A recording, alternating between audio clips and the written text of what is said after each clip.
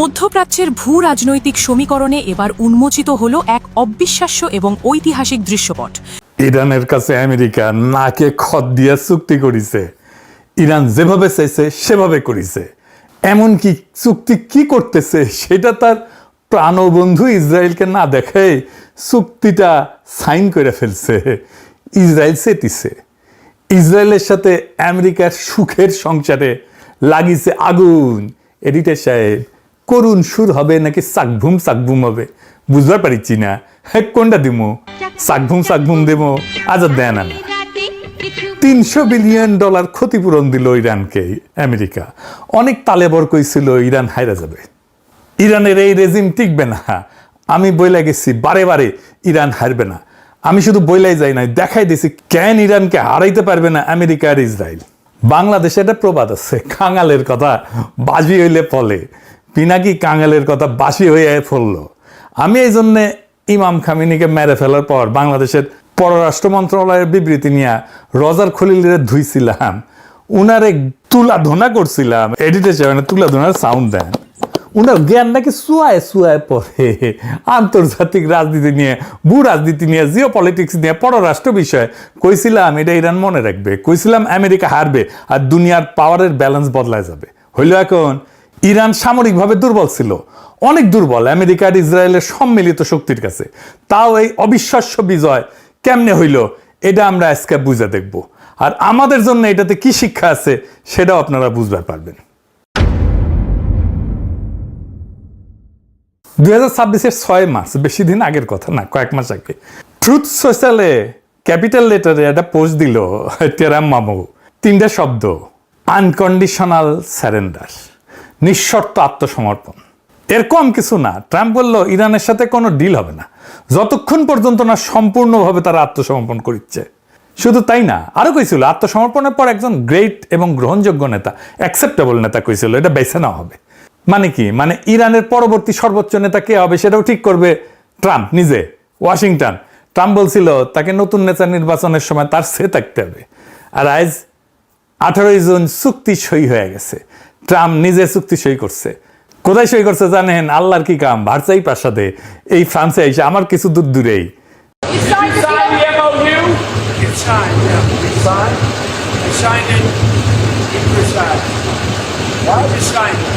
আর ইরানের president Pezeshkian এটা আলাদাভাবে সই করে এক্সে ছবি পোস্ট করছে, ক্যাপশন দিছে একটা ঐতিহাসিক দলিল এবং একটা শক্তিশালী ইরানের বার্তা, পারস্পরিক সম্মানের ছায়ায় শান্তি অর্জিত হবে।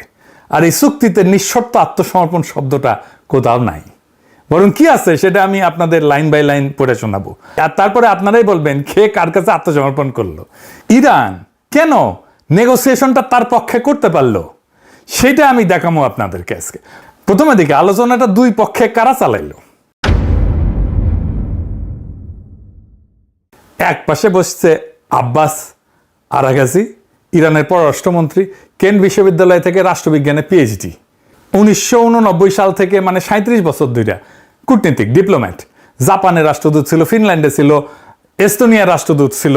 ইরান ইরাক যুদ্ধের রক্তে ভেজা প্রজন্মের মানুষ, আমাদেরই প্রজন্মের মানুষ। 2015 সালে পরমাণু চুক্তির অন্যতম স্থপতি ছিল সে। আর অন্য পাশে কারা? স্টিভ উইটকফ আর জ্যারেড কুশনার। দুজনে কি করে জানেন? রিয়েল এস্টেট ব্যবসায়ী, পররাষ্ট্রনীতিতে কোনো অভিজ্ঞতা নাই। কুশনার ট্রাম্পের জামাই, মানে জামাই কোটায় ঢুকিছে, ওই তার সরকারি কোনো পদই কলে নাই। ট্রাম্পের নিজের দলের সিনেটর টম টিলিজ ওই পর্যন্ত কইছে যে এটা কোনো মানেই হয় না। পররাষ্ট্রনীতিতে অভিজ্ঞতাহীন, সিনেট কনফার্মেশন ছাড়া দুইজন লোক কিভাবে রাশিয়া, ইরান আর ইসরায়েলের সাথে শান্তি আলোচনায় নেতৃত্ব দিচ্ছে? মজার ব্যাপার হয়েছে কি জানেন? মাস্কটের আলোচনায় আরাগাজিকে নাকি উইটকফকে একাধিকবার বুঝাই দিতে হয়েছিল পরমাণু জ্বালানি উৎপাদনের ধাপগুলো কি কি এবং একটা এনরিচমেন্টের ফ্যাসিলিটি আর রিঅ্যাক্টরের মধ্যে পার্থক্য কি। বুঝি চাও? ইরানের পররাষ্ট্রমন্ত্রীকে আমেরিকাকে পড়াইতে হইতেছে কোন জিনিসটা নিয়ে তারা আলোচনা করতেছে। একদিকে 4000 বছরের একটা সভ্যতা যে জানে ধৈর্য কাকে বলে, ইতিহাস কাকে বলে, অন্যদিকে একটা থার্ড ক্লাস ব্যবসায়ী যার কাছে সবকিছু একটা রিয়েল এস্টেট ডিল। ইরান ওই আলোচনাটা চালাইলো কেমনে জানেন? জানলে টাস্কি খেয়ে যাবেন। ট্রাম্প পুরাই ঘুরে গেছে, তাই না? কেমনে ঘুরলো ট্রাম্প? বিশাল একটা ঘটনা আছে। আলোচনার প্রথম রাউন্ডের পর ইরান তার উপদেষ্টা দলে 2 জন সিনিয়র মনোবিজ্ঞানীকে যুক্ত করে। কেন? তারা ট্রাম্পকে স্টাডি করে, তার সাইকোলজি স্টাডি করে, আর তার ভিত্তিতে তারা ট্রাম্পকে বার্তা দেয়। ইরান আমেরিকাকে স্টাডি করেনি, ইরান মানুষটাকে স্টাডি করেছে। তারা বুঝছিল এই প্রেসিডেন্সিটা প্রতিষ্ঠান দিয়ে চলতেছে না, এখন একজন ব্যক্তির মেজাজ দিয়ে চলে। কাজে এই প্রতিষ্ঠানের সাথে লড়াই না করে তারা ব্যক্তির মনস্তত্ত্বকে স্টাডি করলো। ট্রাম্পের মনস্তত্ত্ব যায় না, ইরানের ঠিক কি কি লাভ হইল আসেন সেটা দেখি। ইরানের প্রত্যেকটা বার্তা কাতারে আর ওমানের মধ্যস্থতাকারীদের আধগুড়ে ট্রাম্পের কাছে পৌঁছাইতো। মানে ইরান জানতো শব্দ বাছাই কতটা গুরুত্বপূর্ণ। ভুল শব্দ মানে ট্রাম্পের চান্দি গরম। মনোবিজ্ঞানীরা ঠিক করে দিতেন কোন বার্তায় ট্রাম্প কি প্রতিক্রিয়া দেখাইতে পারে। মনোবিজ্ঞানীদের সুপারিশ মতো ইরান লিখিত যোগাযোগ আর আলোচনার কৌশল ঠিক করত। আর তারপর থেকেই ট্রাম্প ক্রমাগত ইসরায়েলের উপরে বিলা হইতে থাকে। ইরান ট্রাম্পকে বুঝাইতে পারলো যে ইসরায়েলের নীতি আমেরিকাকে অর্থহীন যুদ্ধে টেনে আনছে এবং এটাতে আমেরিকার ক্ষতি হইতেছে। এটা কাজ করলো। ট্রাম্প নেতানিয়াহুকে পাগল বললো, বিচার বুদ্ধিহীন বললো, গালি দিল। সাইকোলজিস্টরা কইছিল ট্রাম্প চাইছিল এমন একটা বিজয় যা বর্ণনা করা যায়, প্রচার করা যায়, ন্যারেটেবল ভিক্টরি হিসাবে। আর ইরান চাইছিল আত্মসমর্পণ ছাড়া চুক্তি। ইরান বুঝে গেছিল ট্রাম্পের আসলে দরকার বাস্তব বিজয় না, বিজয়ের একটা গল্প। তাই ইরান তাকে গল্পটা বলতে দিছে আর নিজে নিয়ে নিছে আসল জিনিসগুলো। অবরোধ তুলে ফেলছে, নিষেধাজ্ঞা বাতিল, আটকানো সম্পদ ফিরে পাইছে। মানে এটা শুধু একটা বুদ্ধিদীপ্ত কৌশল ছিল না, এটা রেজাল্ট দিছে। একদম গুনে গুনে অঙ্ক কষে মাপা যায় এমন রেজাল্ট দিছে। এবার আসেন দেখি চুক্তিতে কি লেখা আছে। 1 নম্বর দফা, যুদ্ধের তাৎক্ষণিক এবং স্থায়ী সমাপ্তি সব ফ্রন্টে, লেবানন সহ কেউ কারো বিরুদ্ধে কোনো হামলা করবে না। 2 নাম্বার, 2 দেশ একে অপরের সার্বভৌমত্ব, আঞ্চলিক অখণ্ডতাকে সম্মান করবে এবং আভ্যন্তরীণ বিষয়ে হস্তক্ষেপ করবে না। মার্চে ট্রাম্প বলছিল ইরানের পরবর্তী নেতা নির্বাচন করে দিবে। আর জুনের চুক্তিতে আমেরিকা সই করতেছে আভ্যন্তরীণ বিষয়ে হস্তক্ষেপ করবে না। আমরা তোমাদের নেতা ঠিক করব থেকে আমরা তোমাদের আভ্যন্তরীণ বিষয়ে হাত দেব না। বুঝেছেন তো, কুটি থেকে কুটি আসিছে। 4 নম্বর দফা, আমেরিকা নৌ অবরোধ তুলে ফেলবে। 30 দিনের মধ্যে ইরানের আশপাশ থেকে নিজেদের সেনা প্রত্যাহার করবে। আমেরিকা সেনা প্রত্যাহার করবে, অবরোধ তুলবে, এগুলো কার দাবি ছিল? ইরানের তো। 6 নম্বর দফা, আমেরিকা আঞ্চলিক অংশীদারদের নিয়ে ইরানের পুনর্গঠনে এবং অর্থনৈতিক উন্নয়নে কমপক্ষে $300 বিলিয়ন একটা সুনির্দিষ্ট পরিকল্পনা তৈরি করবে। যে দেশকে নিঃশর্ত আত্মসমর্পণ করতে বলা হয়েছিল তার পুনর্গঠনের জন্য 300 বিলিয়নের অঙ্গীকার। 7 নম্বর দফা, আমেরিকা সব ধরনের নিষেধাজ্ঞা বাতিলের অঙ্গীকার করে, সব স্যাংশন তুলে নেবে। জাতিসংঘ নিরাপত্তা পরিষদ রেজলিউশন, IAEA, বোর্ড অফ গভর্নর্সের নিষেধাজ্ঞা, সব একতরফা মার্কিন নিষেধাজ্ঞা, প্রাইমারি এবং সেকেন্ডারি সব তুলে ফেলবে। 10 নম্বর দফা, সই হওয়ার সাথে সাথেই নিষেধাজ্ঞা পুরোপুরি বাতিল হওয়ার আগে পর্যন্ত মার্কিন ট্রেজারি ইরানি তেল রপ্তানির জন্য কোনো বাধা দেবে না। পৃথিবীর সব দেশ এখন ইরান থেকে তেল কিনতে পারবে, লেনদেন করতে পারবে, ইরানের ব্যাংকের সাথে লেনদেন করতে পারবে। আগে ইরানকে তেল বিক্রি করতে হইতো অনেক কম দামে, মূলত চায়নাকে। কেউ লেনদেন করতে পারতো না ইরানের ব্যাংকের সাথে। এখন বাজার দরে তেল বিক্রি করতে পারবে ইরান সবার সাথে। ইরান এখন তার তেল বিশ্ববাজারে খোলাখুলি বিক্রি করতে পারবে। 11 নম্বর দফা, ইরানের জব্দ করা অর্থ এবং সম্পদ ফেরত দেওয়া হবে। আর পরমাণু অস্ত্র নিয়ে ইরান বলছে যে সে পরমাণু অস্ত্র সংগ্রহ বা তৈরি করবে না। এখানে কিন্তু ইরান কোনো ছাড় দেয়নি। এই অঙ্গীকার তারা গত 50 বছর ধরে করে আসতেছে, এটা তাদের প্রতিশ্রুতি। মিসাইল প্রোগ্রাম নিয়ে একটা শব্দও নাই। মিসাইল প্রোগ্রাম ধ্বংস করার এজেন্ডা ছিল ইসরায়েলের। তাহলে কে জিতলো? ইরান। যদিও ইরানকে এই যুদ্ধে ভয়ঙ্কর মূল্য দিতে হয়েছে। সর্বোচ্চ নেতা আয়াতুল্লাহ খামেনি যুদ্ধের প্রথম দিনে নিহত হয়েছেন, নিজের ভূখণ্ডে আক্রমণ হয়েছে, কৌশলগত সম্পদের ক্ষতি হয়েছে, এই সব কিছু হয়েছে, কিন্তু শেষ পর্যন্ত বিজয়ের হাসি আসলো ইরান। ইরান নিখুঁত নিরঙ্কুশ বিজয় পায়নি, এটা সত্য, কিন্তু ইরান হারেনি। হারা মানে আত্মসমর্পণ, হারা মানে নিজের সার্বভৌমত্ব বিসর্জন। এই চুক্তির 14টা দফার একটাতেও সে আত্মসমর্পণ নাই। ইরান শুধু এই চুক্তিতে যেতে নাই, আরো অনেক জায়গায় জিতেছে। কোথায় কোথায় জিতেছে? ইরান যুদ্ধবিদ্যায় নতুন টার্মিনোলজি আনছে এবং সেটা সফল প্রয়োগ করছে। অ্যাসিমেট্রি বলে, মানে শক্তিতে দুর্বল হওয়াটাই তার শক্তিমত্তা। তার কয়েক হাজার ডলারের সাহেব ড্রোন ঠেকাইতে শত্রুর মিলিয়ন মিলিয়ন ডলারের ইন্টারসেপ্টর ছুটতে হয়। সে যুদ্ধটাকে শত্রুর জন্য বিশাল অপজয়ের যুদ্ধ বানাই দিয়েছিল। এটাকে কয় ওয়ার অফ অ্যাট্রিশন। ইরান শিখছিল 2024 আর 2025 সংঘাত থেকে। এবার তারা কৌশল বদলালো, কম কিন্তু নিখুঁত আঘাত দীর্ঘ সময় ধরে। ইরানের মিসাইল ছোড়ার ধরন ছিল ডিসপারশন, মানে দিনের বিভিন্ন সময়ে বিভিন্ন এলাকায় ছড়ায় ছড়ায় সে মিসাইল মারত। উদ্দেশ্য সর্বোচ্চ ধ্বংস না, বরং শত্রুকে ক্লান্ত করে দেওয়া। আরেকটা কৌশল নিয়েছিল, সেটা ছিল মিত্রতাকে দায় বানানো। ইরান আরব দেশগুলোকে বুঝাই দিল যে আমেরিকার পক্ষ নেওয়াটা নিরাপত্তা দেয় না, বরং নিরাপত্তাহীনতা দেয়। উপসাগরীয় কোনো দেশ রেহাই পায়নি। আরব আমিরাত বলেন, কুয়েত বলেন, বাহরাইন বলেন, সবাই আঘাত খেয়েছে ইরানের কাছে, কারণ তাদের মাটিতে মার্কিন ঘাঁটি আছে। যুদ্ধবিদ্যায় ইরানের একটা নতুন ধারণা আনলো, আর একটা নতুন ধারণা আনলো, কি সেটা? Mosaic defence. সেটা কি? মোজাইক ডিফেন্সের মূল কথা হচ্ছে যে বিকেন্দ্রীভূত কমান্ড। ইরানকে আলাদা আলাদা প্রাদেশিক কমান্ডে ভাগ করা, প্রত্যেকটা স্বাধীনভাবে কাজ করতে সক্ষম, আগে থেকে অ্যাপ্রুভাল দেওয়া আছে। উদ্দেশ্য কি? শত্রু যদি কেন্দ্রটাকে ধ্বংসও করে ফেলে, সর্বোচ্চ নেতাকে যদি মেয়েরা ফেলে, তাও যুদ্ধের যে যন্ত্র, যুদ্ধের যে মেশিনারি, সেটা চলতে থাকবে। আর ঠিক এটাই ঘটছে। খামেনি প্রথম দিন নিহত হইলেন। আমেরিকা ইসরায়েল ভাবছিল মাথা কাটলে শরীর পড়ে যাবে, কিন্তু মাথা কাটা গেল, কিন্তু শরীর চলতেই থাকলো। আর সবচেয়ে বড় চমকপ্রদ ব্যাপার ছিল চতুর্থ উত্তরসূরির একটা ধারণা, মডেল। এই ব্যবস্থায় প্রত্যেকটা গুরুত্বপূর্ণ নেতৃত্বের পদের জন্য একাধিক নামধারী উত্তরসূরি ঠিক করা থাকে, প্রত্যেকটার জন্য 3 ধাপ নিজে পর্যন্ত।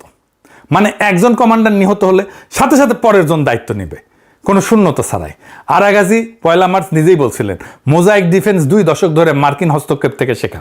এটাই ইরানকে সিদ্ধান্ত নিতে দেবে কখন যুদ্ধ শেষ হবে। বুঝিসাও? মানে বলছে, ওরাই বলছে, আমরা ঠিক করবো কখন যুদ্ধ শেষ হবে। এটাই ছিল তাদের আসল অস্ত্র। আর কস্ট অ্যাসিমেট্রি তো আছে, সস্তা ড্রোন দিয়া দামি প্রতিরক্ষাকে ফোকলা করিয়া দিছে একেবারে। এন্ড ইসরায়েল কি বলিছে এই চুক্তি দেখা? আমেরিকার ইসরায়েলের বাইরাবাড়ি শুরু হয়ে গেছে। এটা সাউন্ড দেন, বাইরাবাড়ি সাউন্ড দেন। ইসরায়েল তো মহাবিলা। নেতানিয়াহুর নিজের সাবেক জাতীয় নিরাপত্তা উপদেষ্টা ইয়াকব আমিদ্রর, সে কইছে যে এটা একটা বাজে চুক্তি। আমেরিকানরা নগদ অর্থ দেইলা বড় জোর একটা কাগজ পেয়েছে, কইছে ইচ্ছাপত্র, অভিপ্রায়পত্র। টাইমস অফ ইসরায়েলের সম্পাদক এটা বলছে বিপর্যয়কর আত্মসমর্পণ। আর সাবেক উপনিরাপত্তা উপদেষ্টা চাক ফ্রিলিক বলছে যে ইরান আরো শক্তিশালী হইয়া বেড়াইছে। আত্মসমর্পণ যেই শব্দ মারছে, ট্রাম্প ইরানকে হুমকি দিছিল জুনে, সেই শব্দ দিয়া ইসরায়েলেরা নিজেদের অবস্থা বর্ণনা করতেছে। আর ইসরায়েলে ক্ষোভের জবাবে আমেরিকা কি করলো? পিঠ চাপড়ে সান্ত্বনা দিল না ধমক দিছে। 18 জুন হোয়াইট হাউসে ব্রিফিং এ ভাইস প্রেসিডেন্ট জেডি ভ্যান্স ইসরায়েলকে বলছে, একটা সলিড বাম্বু দিছে, বলছে যে আমি ইসরায়েলের মন্ত্রিসভায় থাকলে গোটা দুনিয়ায় আমরা একমাত্র শক্তিশালী মিত্রকে আক্রমণ করতাম না। আমেরিকার ভাইস প্রেসিডেন্ট ইসরায়েলকে মনে করাই দিচ্ছে, তোমার একমাত্র বড় মিত্র আমরা, আর তোমরা বাকি দুনিয়াকে চটায় ফেলছো। ট্রাম্পই তার ভাষায় এই মুহূর্তে দুনিয়ার একমাত্র রাষ্ট্রপ্রধান যে ইসরায়েলের প্রতি সহানুভূতিশীল। আর সবচেয়ে কড়া খোঁচাটা ভ্যান্স মনে করাই দিছে, ইসরায়েলের প্রতিরক্ষা অস্ত্রের 2/3 আমেরিকার হাতে তৈরি, আমেরিকান করদাতার পয়সায় কেনা। এইটা একটা প্রচ্ছন্ন হুমকি। চুক্তি ভাঙলে এই অস্ত্রের যোগান বন্ধ হইতে পারে। ইরানকে নিঃশর্ত আত্মসমর্পণ যে করাইতে চাইছিল, সেই আমেরিকাই এখন তার নিজের ঘনিষ্ঠতম মিত্রকে প্রকাশ্যে ধমকাইতেছে ইরানের সাথে করা চুক্তি রক্ষা করার জন্য। ডিভোর্সটা আর গোপন নাই, টিভি ক্যামেরার সামনে। আমেরিকা আর ইসরায়েলের প্রণয়ের ফলে জন্ম নিছিল ইন্ডিয়া, এ তো এতিম হইয়া গেল। এইবার হবে এটা সানায়ের করুণ সুর। কিন্তু এর মধ্যে দিয়া কি তৈরি হইল? একটা নতুন মধ্যপ্রাচ্য। ভারসাম্য বদলে গেল, সম্পর্ক বদলে গেল একটি পলকে। কি সেটা? দুবাই কিন্তু শেষ। ইরানের উপরে আমেরিকার কড়া নিষেধাজ্ঞার কারণে ইরান আন্তর্জাতিক ব্যাংকিং ব্যবস্থা থেকে বিচ্ছিন্ন ছিল। সেই জন্যে ইরানি ব্যাংকগুলো কোনো লেনদেন করতে পারতো না। মানে ইরানের সরাসরি ডলারে আন্তর্জাতিক বাণিজ্য করতে পারতো না। তেল বেচে টাকা আনা বা বিদেশ থেকে পণ্য কেনার বিল মেটানো কোনোটাই সরাসরি সম্ভব ছিল না। তাহলে ইরান কি করতো? সে দুবাইকে ব্যবহার করতো মধ্যবর্তী আর্থিক চ্যানেল হিসাবে। হাজার হাজার ইরানি ব্যবসায়ী দুবাইয়ে কোম্পানি এবং ব্যাংক অ্যাকাউন্ট খুলে রাখতো। দুবাই ভিত্তিক কোম্পানি এবং মানি এক্সচেঞ্জ দেয়া ইরান তার লেনদেন ঘুরায় ঘুরায় করতো। ইরানি তেলের টাকা সরাসরি তেহরানে আসতো না, আসতো দুবাইয়ের একটা কোম্পানির অ্যাকাউন্টে। তারপর সেখান থেকে পণ্য বা অন্য রুটে ইরানে পৌঁছাইতো। ইরানের এই টাকা তো আর দুবাই আসবে না, তার মানে দুবাইয়ের অর্থনীতি ছোট হয়ে যাবে। কাতারের গুরুত্বও কমবে। কেন? কাতার ছিল কূটনৈতিক মধ্যস্থতাকারী ইরান আর আমেরিকার। কাতার একই সাথে দুই পক্ষের বন্ধু। একদিকে কাতারের আল উদেইদ বিমান ঘাঁটি আছে আমেরিকায়, সবচেয়ে বড় বিমান ঘাঁটি এইটা মধ্যপ্রাচ্যে, মানে ওয়াশিংটনের ঘনিষ্ঠ মিত্র। অন্যদিকে কাতার ইরানের সাথেও সুসম্পর্ক রাখে, কারণ দুই দেশ বিশ্বের বৃহত্তম প্রাকৃতিক গ্যাস ক্ষেত্র সাউথ পার্স আর নর্থ ডোম ভাগাভাগি করে, যা পারস্য উপসাগরে আছে এটা তাদের যৌথ সম্পদ। এই কারণে কাতার ইরানের সাথে শত্রুতা করতে পারে না, ইরানও কাতারের সাথে শত্রুতা করে না। এই দ্বৈত বন্ধুত্বই কাতারকে আদর্শ একটা মধ্যস্থতাকারী বানাইছে। আমেরিকা ইরান যেহেতু 1980 সাল থেকে সরাসরি কূটনৈতিক সম্পর্ক রাখে না, তাই তাদের একটা বিশ্বস্ত তৃতীয় পক্ষ দরকার যে দুই তরফেই বার্তা পৌঁছে দিতে পারে। কাতার এবং ওমান ঐতিহাসিকভাবে এই কাজটা করে আসছে। যুদ্ধবন্দী বিনিময় বলেন, জিম্মি মুক্তি বলেন, পরমাণু আলোচনা বলেন, এমনকি গাজা যুদ্ধবিরতিতেও কাতার মধ্যস্থতা করছে। এভাবেই কাতার আঞ্চলিক কূটনীতিতে নিজের গুরুত্ব এবং প্রভাব ধরে রাখত। এই চুক্তির পর সেই ভূমিকা বদলাই গেছে। এবারে চূড়ান্ত মধ্যস্থতায় বড় ভূমিকা নিছে পাকিস্তান। এটার নামই তো ইসলামাবাদ মেমোরান্ডাম। পাকিস্তানকে ধন্যবাদ দেয় ইরানের রাস্তায় রাস্তায় মিছিল করছে ইরানিরা।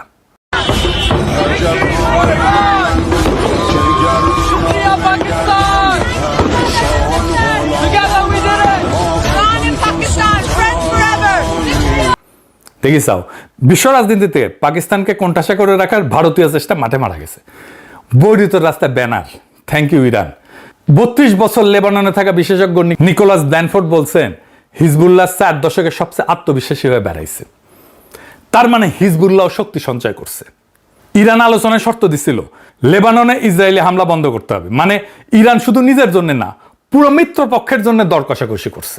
আর শান্তির দূত হিসাবে পাকিস্তানের ভাবমূর্তি বদলাই গেছে। আমাদের অঞ্চলের ভূ রাজনীতির জন্য এটা একটা গুরুত্বপূর্ণ পরিবর্তন। যে দেশকে এক ঘরে করার কথা ছিল, সে এখন বিশ্ব রাজনীতির কূটনীতির কেন্দ্রে। এইবার তারেক রহমানকে একটা ধন্যবাদ দিই।